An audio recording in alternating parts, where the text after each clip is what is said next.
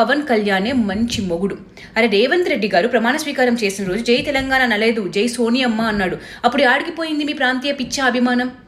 ఈ వక్క కూడా చివరికి మాట్లాడబట్టే. ఓవైసీ ఎంఐఎం పార్టీ అసలు ఈ దేశమూలదే కాదు కదా, కాసిం రజ్వీ పోతూ పోతూ ఓవైసీ వాళ్ళ కుటుంబానికి ఇచ్చిపోయిండు పేరుని. ఆ దానికోసం ఏం మాట్లాడం?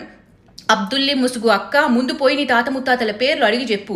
మీరంతా డర్తో భయపడి కట్మిర్చీలైన ఎక్స్ హిందువులే. మీరు మళ్ళీ తెలంగాణ ఆంధ్ర సిగ్గు కోసం మాట్లాడటం. రాజ్యాంగాన్ని చేతిలో పట్టుకుని తిరుగుడు కాదు, దాంట్లో క్లియర్గా ఉంది ఈ దేశంలో పుట్టిన వాళ్ళు ఏ రాష్ట్రానికైనా ఎక్కడికైనా వెళ్ళే హక్కు ఉంది అని. ఎవర్రా మీరంతా అసలు? నీళ్లు నిధులు నియామకాలు అని ఆంధ్రోళ్ళు అని వాళ్ళ యాసని తినే తిండిని తిట్టి 1200 మంది ఆత్మ బలిదానాల మీద కూర్చుని మళ్ళీ వీళ్ళందరినీ పార్టీలో చేర్చుకున్నప్పుడు ఈ ప్రాంతీయ పిచ్చి ఏమైంది? అసలు ఇందిరాగాంధీ దేశం మొత్తంలా మెదక్కే వచ్చి ఎందుకు నిల్చుంది? రాహుల్ గాంధీ ఎందుకు కేరళలో నిల్చుంటాడు? మరి ఎప్పుడు ఆడబుట్టాడా? మాట్లాడే